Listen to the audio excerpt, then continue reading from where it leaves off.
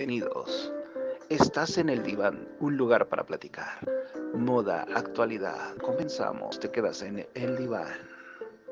Inteligencia artificial es una disciplina científica que tiene por objetivo inicialmente la simulación con máquinas de cada una de las distintas facultades de la inteligencia. Muy buenas noches, queridos amigos y amigas del diván, un lugar para platicar. ¿Cómo están? Espero que se encuentren ustedes muy bien. Quiero darle la bienvenida nuevamente a la tecnología con Francisco Corrales. Hola Paco, ¿cómo estás? Hola, buenas noches a todas las personas que nos escuchan. El día de hoy tenemos un tema bastante importante y bastante interesante sobre todo.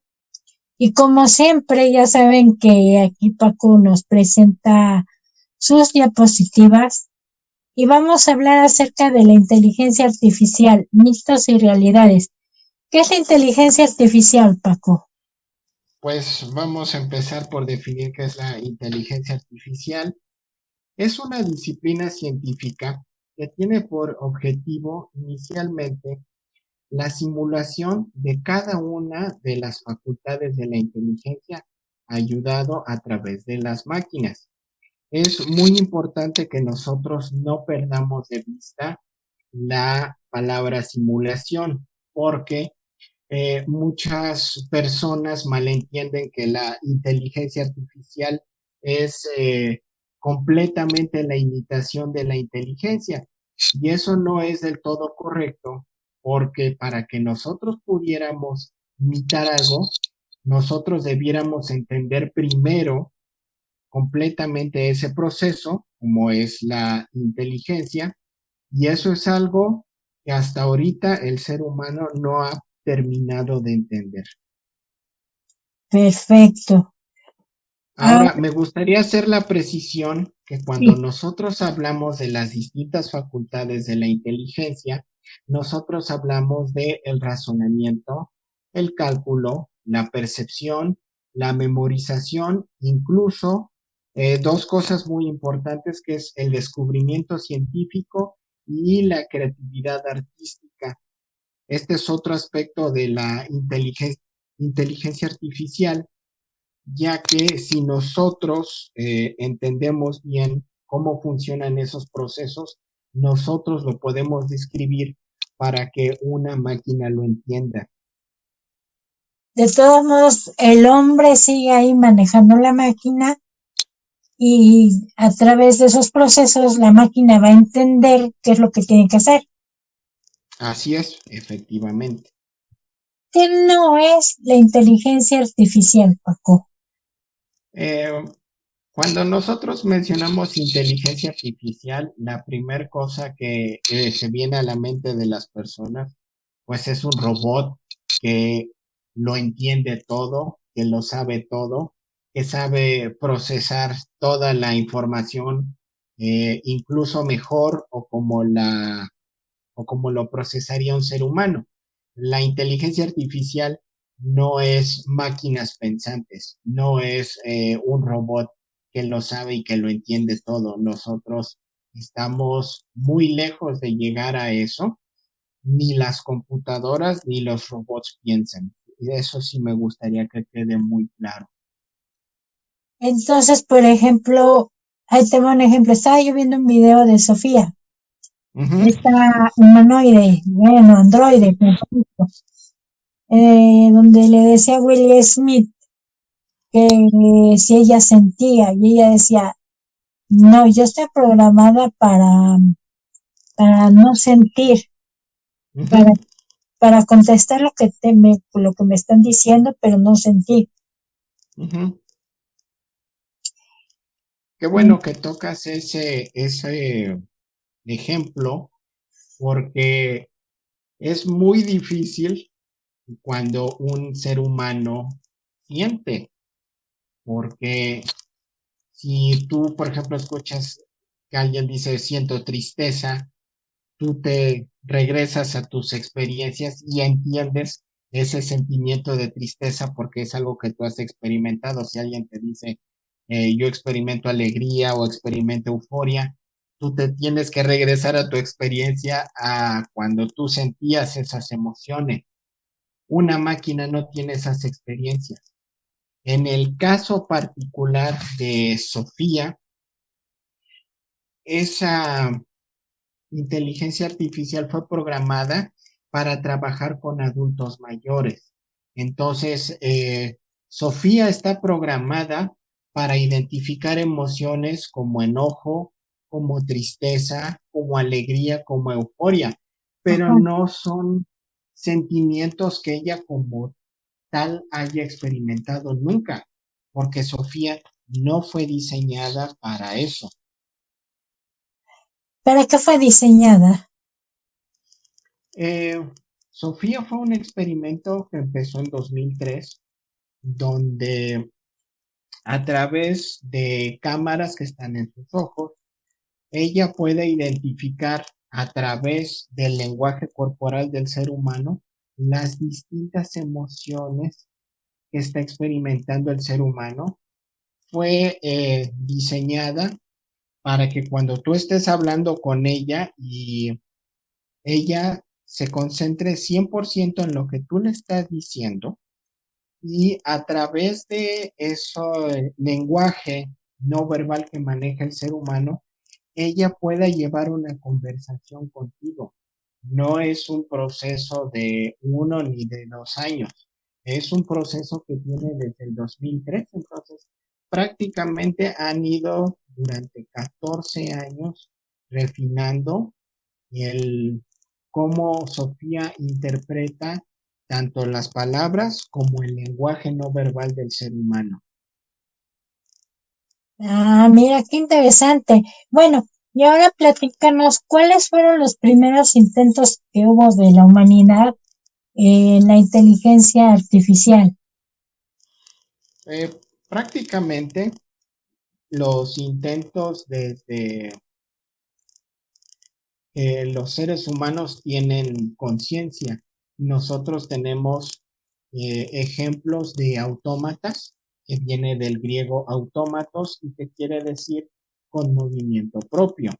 Los Ah, primeros ejemplos se dieron en el antiguo Egipto, cuando las estatuas de algunos dioses o incluso de algunos reyes despedían fuego de los ojos, eh, trampas para adentro de las pirámides para que el descanso de los faraones no fuera perturbado y todos esos autómatas trabajaban de manera mecánica. Ellos trabajaban ya sea con energía hidráulica o con mecanismos a base de engranes. En la Grecia antigua empezaron a trabajarse varios libros, uno en particular escrito por Herón de Alejandría, que vivió entre el 10 y el 70 después de Cristo, donde se explica cómo funcionaban estos mecanismos, algunos trabajados con el principio de Arquímedes. Eso es de lo que más se tiene documentado porque no hay mucha documentación con respecto en la antigüedad. Cuando nosotros nos vamos a la Edad Media, al Renacimiento, podemos hablar del libro de mecanismos ingeniosos cerca del 805 de nuestra era, por dos hermanos, eh, ellos son de origen árabe, que son Banu Musa, Ahmad y Mohammed y Hassan bin Musa ibn Shakir, en los cuales se documenta cientos de mecanismos y autómatas, así como su modo de empleo. Esto fue por petición de un rey, del rey de ellos. Y a mí me gusta hablar de este caso en particular de Alberto Magno, ajá. que fue un teólogo y filósofo alemán. Se dice, porque no hay mucha documentación con este respecto, que él hizo dos cosas en particular. Cabezas parlantes, que eran cabezas que daban la impresión que hablaban, y otro que fue un autómata de hierro. Este autómata de hierro, las fuentes no muy fidedignas dicen que servía como mayordomo. Tú ibas a la casa de Alberto Magno, tocabas la puerta y este mayordomo te abría. Cuentan las Oh, leyendas que no es lo único que hacía otras tareas domésticas. Para Alberto Magno tardó 30 años en desarrollar este mayordomo mecánico. Y uno se preguntará, bueno, pues 30 años, ¿por qué tanto tiempo en un mayordomo mecánico? Pues claro. nada más, ubícate que este hombre, para poder desarrollar este mayordomo, tendría que saber metalurgia, Ujú. porque no es así como que tú fueras a una herrería, oiga, pues necesito que me haga esta pieza, No, ¿no? pues no. Pues era, tú tenías que diseñar cada una de las piezas, tenías que decidir qué material ibas a emplear para la fabricación, tenías que diseñar cómo embonaban cada una de las piezas y finalmente tú las tenías que construir y tenías que armar este autómata. Entonces, para hacer este mayordomo se ocuparon 30 años.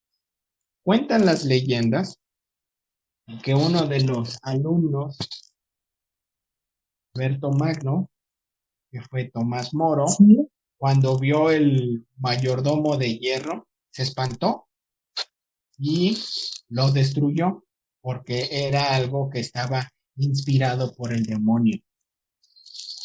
Wow. Fíjate que en la investigación, porque digo, también no creas, me pongo a investigar. En cuanto a los de los faraones, dice, estaba yo leyendo que la estatua de Osiris es la que aventaba fuego tanto por los ojos como por la boca para espantar a la gente. Así es, así es. Osiris dio muchas estatuas dentro de las pirámides eh, estaban diseñadas de esa manera para espantar no solamente a los enemigos del faraón, sino también a posibles saqueadores de tumbas. Ah, para poderlos, que no robaran ni nada, ¿no? Para espantarlo. Así es, que no perturbaran el sueño Del faraón, lo que del dijiste hace faraón, rato. porque eso, esos eran partes de sus creencias. Ellos creían que los faraones y las personas en general que fallecían, ellos se iban con todo y sus pertenencias a la siguiente vida. Ahora bien, Paco, vámonos con la época de esplendor del siglo XVIII. ¿Qué sucede ahí? Fíjate que parte de la Edad Media hubo otro árabe que escribió un libro de conocimiento de los ingeniosos mecanismos.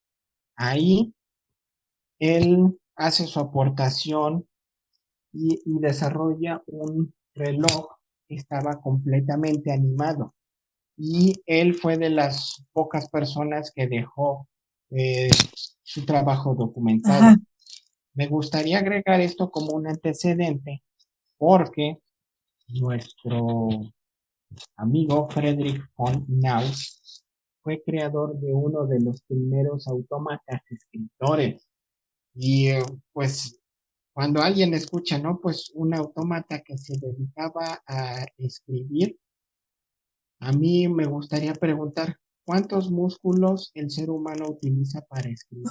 uy, imagínate, como Y más de 1000, ¿no? ese, pues yo creo que bastantes, se calcula que el cuerpo humano tiene cerca de 629 músculos. Ah, eso sin contar el trabajo intelectual. Quitando la mente. Estos Ajá. autómatas, así es, nada más el puro trabajo muscular. Estos autómatas, en el caso particular de Friedrich von Nauss, tenía cerca de 3.000 piezas móviles para que el autómata pudiera escribir cerca de 4 palabras. Ahora, continuamos con el avance de la tecnología y un francés que se llamaba Pierre-Jacques Dreux, él diseñó los mejores autómatas de la historia, 3 casos en particular: la pianista, el dibujante y el escritor. Ajá. La pianista era un autómata que tocaba el piano de manera real. No tenía piezas pregrabadas, no tenía un tambor de metal donde estuviera una sola pieza. La pianista contaba con cerca de 2.500 piezas móviles para que en sus manos ella pudiera tocar cada una de las teclas, pudiera tocar pudiera usar los pedales del piano y sus ojos vieran la partitura que estaba Como tocando. si estuviera realmente Todos tocando el estos, piano o la pianola. literalmente, la pianista tocaba el Qué piano. bárbara. Tocaba 2.500 piezas móviles. Este Ajá. hombre diseñó y armó cada una de esas piezas, de esas 2.500 piezas móviles.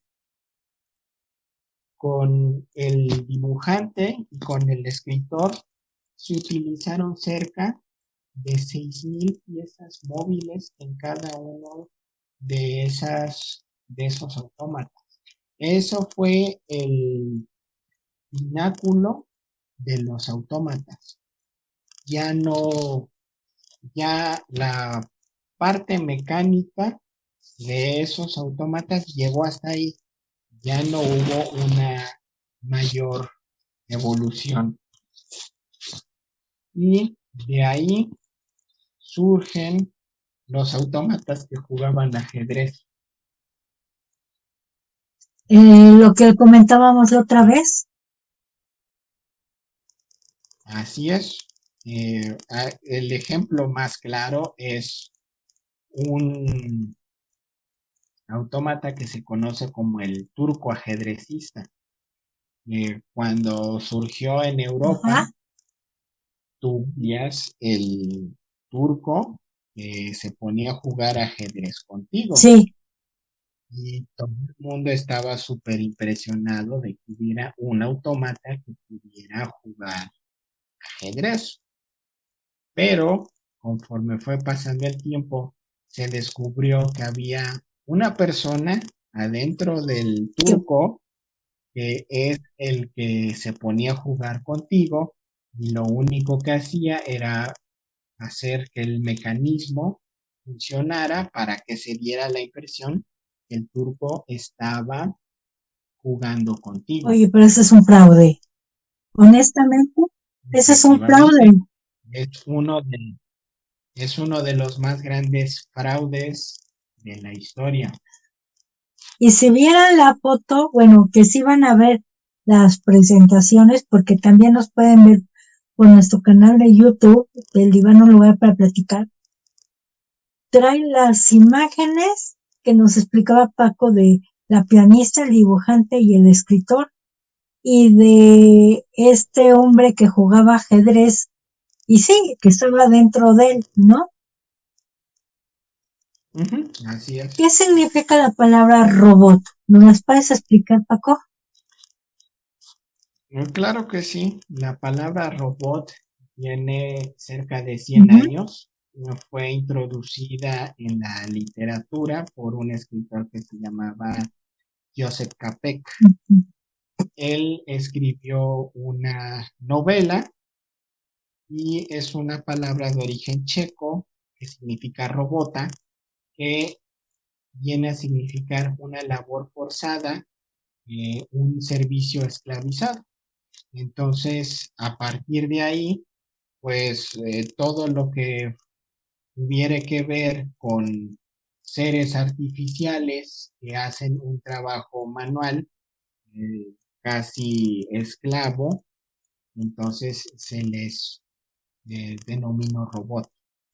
Ahora bien, en 1936, ¿qué fue lo que hizo Alan Turing?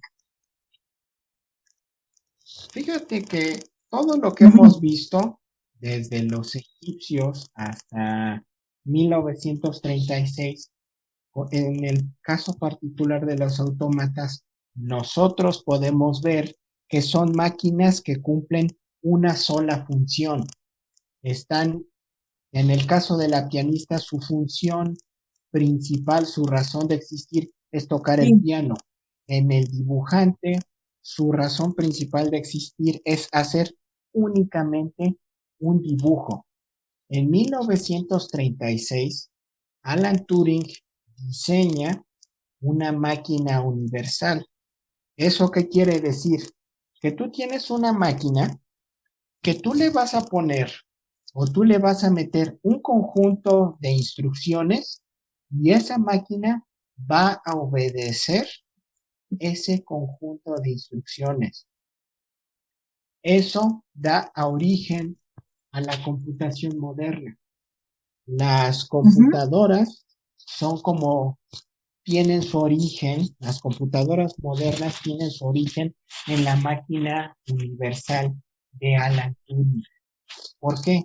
Porque nosotros no tenemos una máquina de escribir, tenemos una computadora en la cual a través de un conjunto de instrucciones que es un programa o que es una app, ¿qué podemos hacer? Hablar por teléfono, podemos escribir un documento en un procesador de textos, podemos llevar el control de nuestra información a través de un programa como Excel, podemos hacer presentaciones en PowerPoint, podemos navegar en Internet. No necesito una máquina. Así es, no necesito una máquina que esté diseñada para hacer eso. Yo lo único que necesito es que la máquina interprete y ejecute cada una de las órdenes que están dentro de un programa de computación, que estén dentro de una app que se conecte con otras computadoras a través de un protocolo. Entonces, Alan Turing lo que hizo fue sentar las bases de la computación moderna. La primera aplicación que tuvo eso fue cuando se descifró el código Enigma que usaban los alemanes para todas sus comunicaciones militares durante la Segunda Guerra Mundial. Y oye, ¿qué sucede en 1965 con una partida de ajedrez? A ver, cuéntame. Fíjate que me gustaría poner como antecedente un curso de verano que hubo en la Universidad de Dartmouth en New Haven, Connecticut. Ahí fue en ese curso de verano cuando nace formalmente como disciplina la inteligencia artificial. En 1956 ellos pensaban y especulaban que para 1968 un programa de computadora sería capaz de vencer a un ser humano en ajedrez. Entonces ellos fueron perfeccionando un programa para jugar ajedrez y lo pusieron a prueba con un niño de 10 años en 1965. Ese niño de 10 años ganó la partida. No, la computadora no pudo ganarle a ese niño. Entonces, desde ahí empezaron a refinar todos esos pasos para que una computadora fuera capaz de jugar Fíjate ajedrez. que me acordé ahorita, y yo creo que tú también te super acuerdas, cuando en las computadoras se podía jugar damas chinas. ¿Te acuerdas? Ujú. Y era el hombre contra la máquina. De hecho, nosotros lo jugábamos. Y había veces que la computadora Así es, ya te ganaba. Ya era un poquito más difícil ganarle a la máquina. así es. Entonces se puede decir que nos tocó esa parte de, Pues es una parte que nos sigue tocando, con los juegos. porque en el año, así es, en el año Ajá. 2015, en la prensa especializada salió un programa de computadora que se enseñaba a jugar Pogo y que iba aprendiendo de sus errores, iba aprendiendo de todas las veces que perdía y en base a todos esos fracasos, la computadora iba refinando su manera de jugar hasta que llegó un punto en que se volvió campeón de Pogo. Qué bárbaro. No, no, no, no, no. A ver, ¿quién fue el que dijo, me da miedo el día que las máquinas o la tecnología alcance al ser humano? Tú sabes quién fue. Pues hay varias variedades de esa frase, Pero ¿quién la dijo? ¿Quién incluso fue? me podría decir, no sé, tal No, vez Stephen Albert Hawking. Einstein. ¿No? Ah, es que Albert Einstein también habló de que justamente él tenía miedo. Yes, creo que es Sí, esa sí frase es esa. también. Cuando la humanidad se volviera un montón de idiotas y fueran superados por la máquina. O la máquina puede alcanzar al hombre. Y sí es cierto, porque va a llegar un momento en que nos vamos a relacionar como con Sofía. Y Así Dios nos es. libre. Imagínate casarte con Y un robot. voy a Hombre. decir algo. En la Ajá. actualidad hay influencers virtuales en Instagram. ¿De verdad? Esos influencers virtuales, ¿sí? Tienen millones de Ajá. seguidores, se toman fotografías con celebridades, están en campañas de publicidad, generan miles de dólares en seguidores y en monetización de sus cuentas Ujú. en Instagram. Físicamente no existen. O sea, todo lo que nosotros trabajamos, esto se los están llevando nada más por placer. No, ellos están diseñados y están hechos para todo lo que es la mercadotecnia en Ay, Instagram. mira, no me la sabía.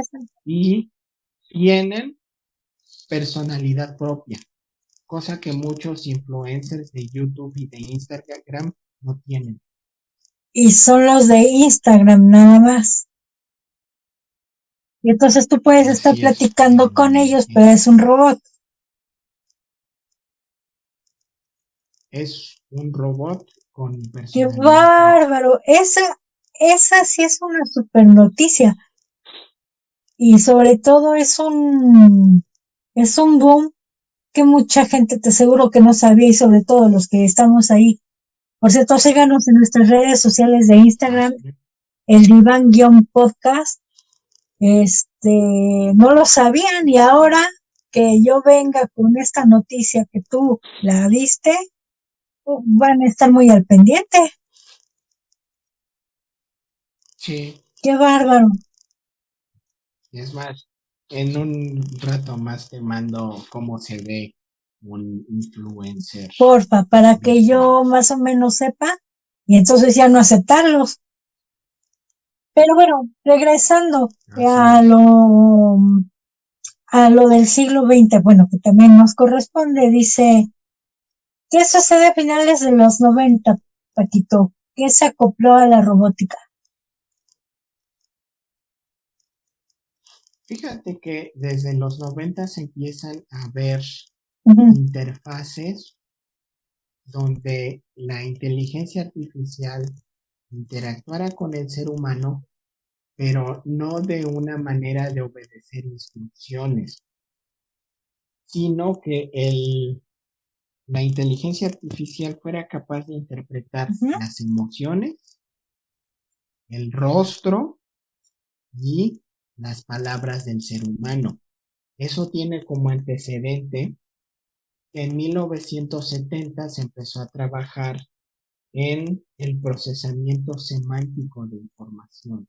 Eso quiere decir que la máquina fuera capaz de interpretar el lenguaje natural del ser humano. Durante 20 años estuvieron trabajando en esa ujú. interpretación semántica y cuando se ponen a finales de los 90 interfaces robóticas con el ser humano, a través de cámaras, el robot iba interpretando qué es lo que le iba diciendo el ser humano, le iba interpretando cada uno, iba identificando las emociones que iban y el lenguaje no verbal junto con esas instrucciones. Eso representó un avance muy importante en cómo las máquinas interpretaban las órdenes del ser humano. Eso también me llevó a Sí, otro gran avance que fue en la década de los 80 con los sistemas expertos. Los sistemas expertos buscaban simular el conocimiento de un experto en una materia, como eh, medicina. Oye, pues fíjate que tengo tos y me siento mal. Ah, y entonces el sistema te iba haciendo las mismas preguntas que te pudiera hacer un médico y a través de las respuestas que tú le ibas dando al sistema experto, te iba a ujú. dar un diagnóstico con un 80% de grado de probabilidad del padecimiento que tú tenías, casi igual que un doctor. Esos sistemas expertos también se fueron refinando y nos dieron el nacimiento a varias Por inteligencias ejemplo, artificiales. ya más Claro. avanzados en los 90, ¿qué sucede en 96? ¿Quién aparece? En 1996, después de casi 30 años de estar trabajando en Ujú, su perfeccionamiento, se hizo un torneo de ajedrez entre el campeón mundial en ese momento, Gary Kasparov, y una computadora llamada Deep Blue. En la primera versión de ese sí, torneo, ganó Gary Kasparov, eh, ganó 4 partidos de 6 y perdió 2, los cuales ganó Deep Blue. ajá. Después, el siguiente año, en 1997, con una nueva versión de Deep Blue, pierde Gary Kasparov y quedan 3 ganados y medio Dos y contra medio. dos Ahí sí ganados y ya la medio. máquina venció al hombre. Así es. Sí, pero me gustaría agregar que en el caso de Deep Blue, para tener la capacidad de competir contra Gary Kasparov, se usaron una computadora de procesamiento paralelo masivo con Ajá, 30 nodos cada uno con 30 microprocesadores de 120 MHz.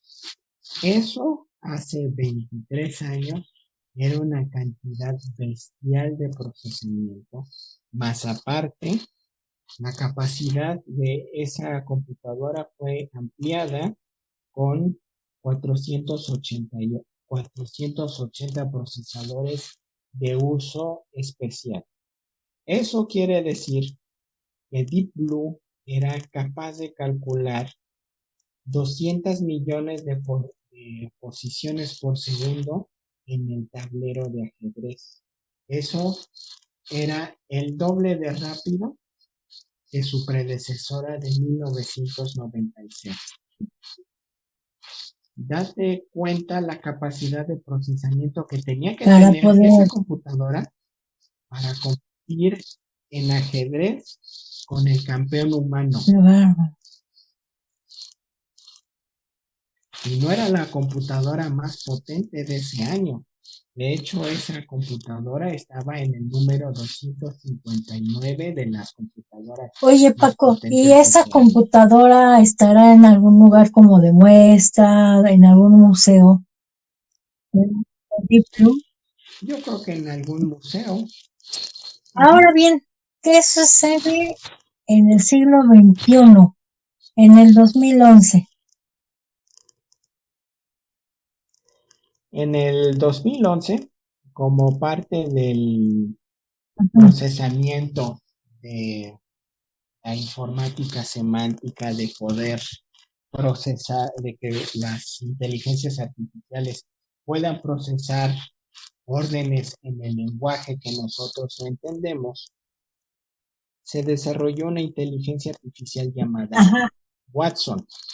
Entonces, esa inteligencia artificial era capaz de procesar todas las instrucciones como un ser humano las entendería.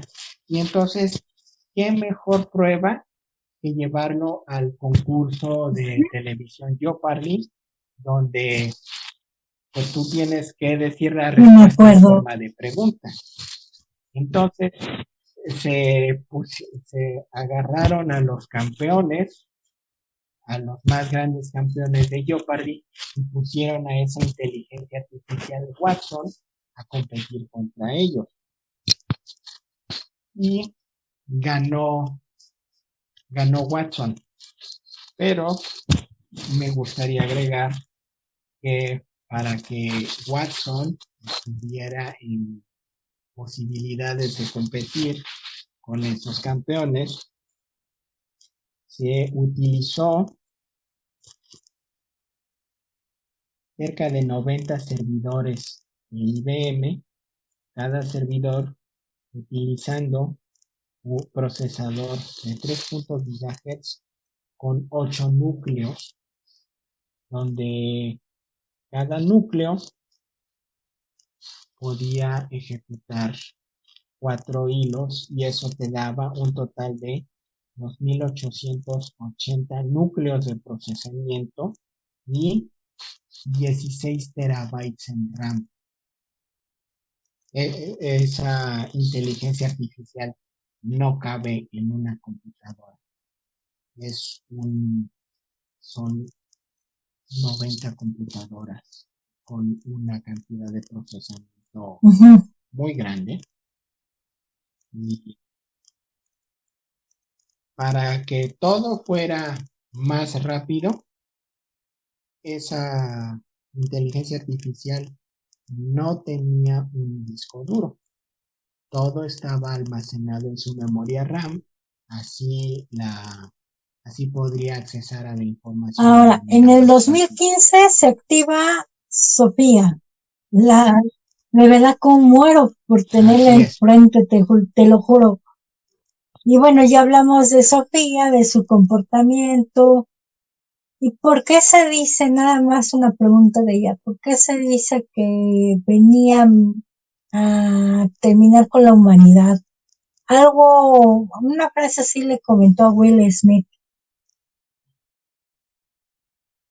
Fíjate que Sofía fue diseñada para que ella llevara a cabo una conversación con un ser humano, pero más apegado a como Ujú. nosotros la llevamos.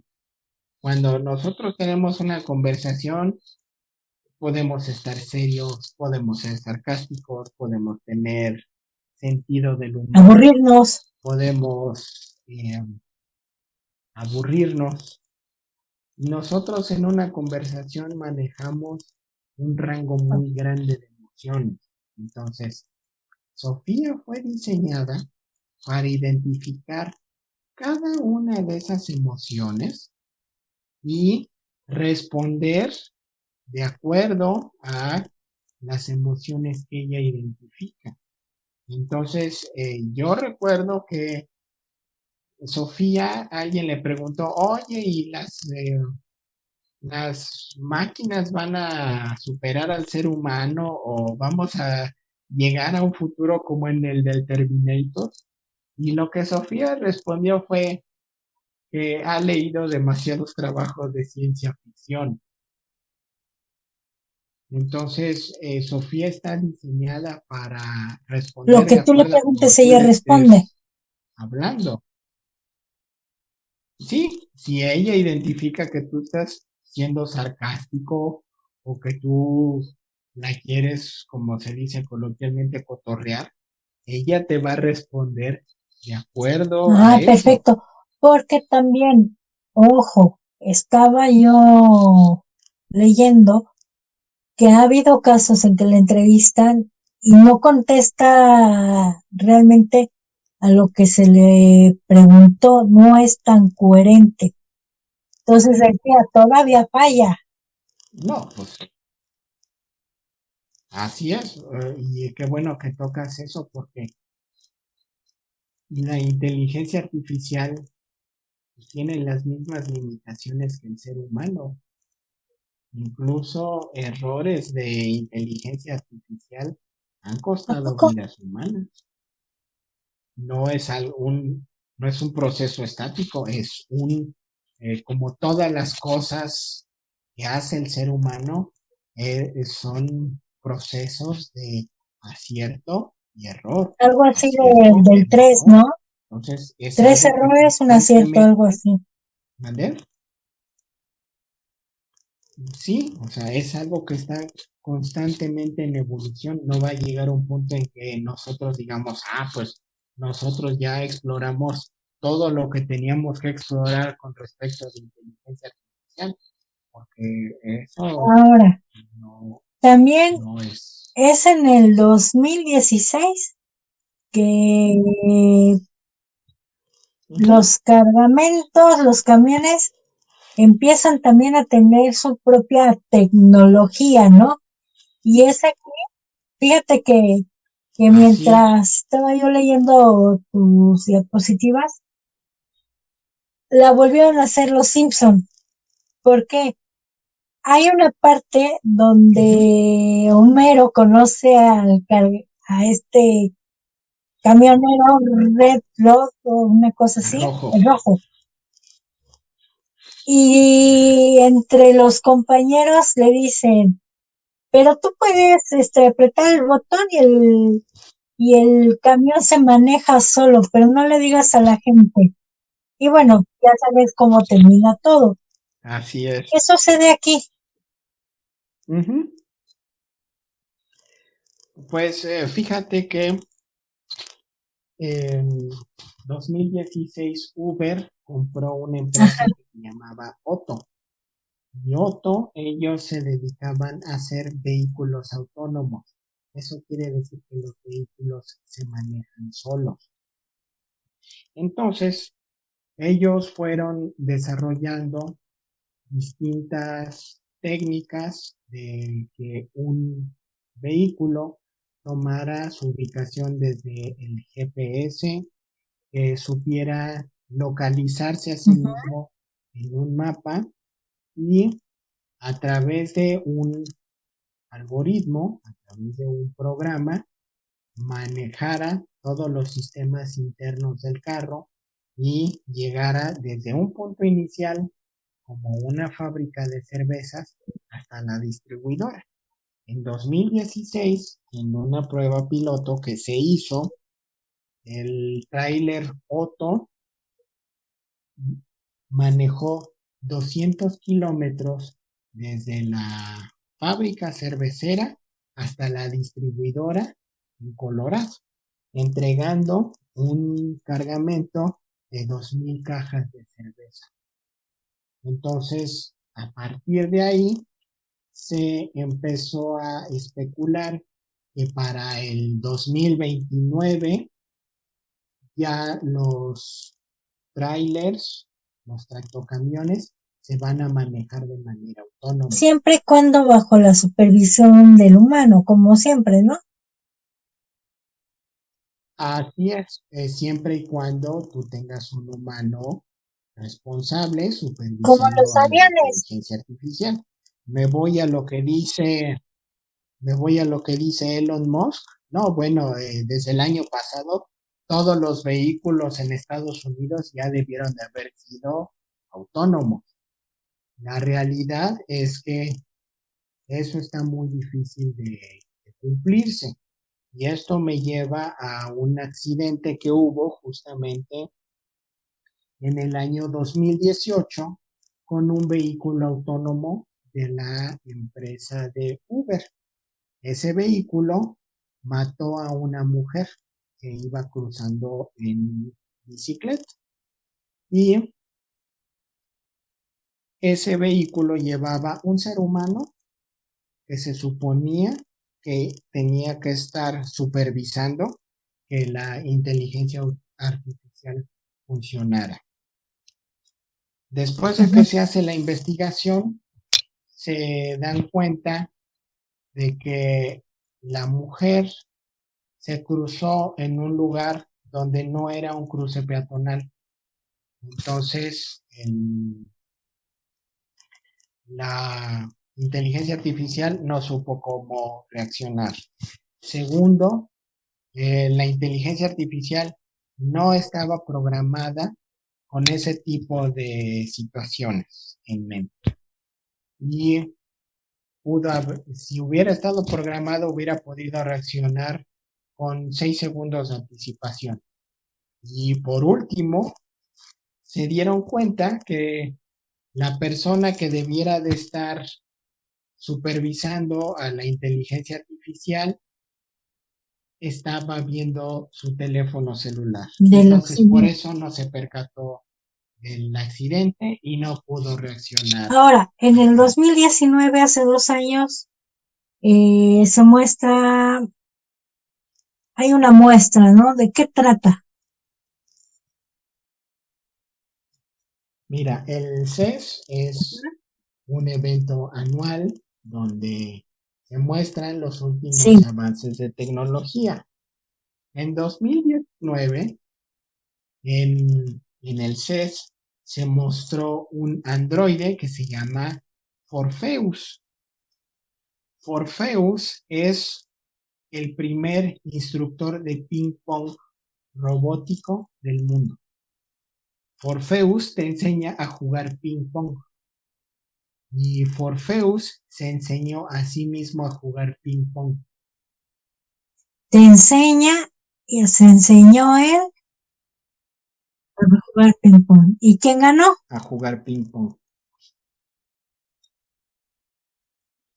Pues no has hecho partida. No se ha puesto una competición. No, pero es interesante tener un instructor robótico que te enseñe a jugar ping pong. Qué bárbaro, cómo la tecnología va avanzando siempre y el ser humano a veces no la aprovecha para bien. Y bueno, hay veces de que sí, ¿no? ¿No? Pero este tema, dime. De hecho, eso que tú acabas de decir es uno de los más grandes problemas de la inteligencia artificial. ¿Por qué? Porque las máquinas no tienen ética. Lo acabamos de vivir. No Déjenme decirles que lo acabamos de vivir. Estamos grabando por otro medio porque donde nosotros generalmente grabamos no funcionó. Y dije, pues entonces vámonos al plan B. Entonces yo siempre les he dicho, la tecnología no tiene palabra. Y bueno, pues Francisco, te agradezco enormemente que hayas estado con nosotros otro día de temporada más,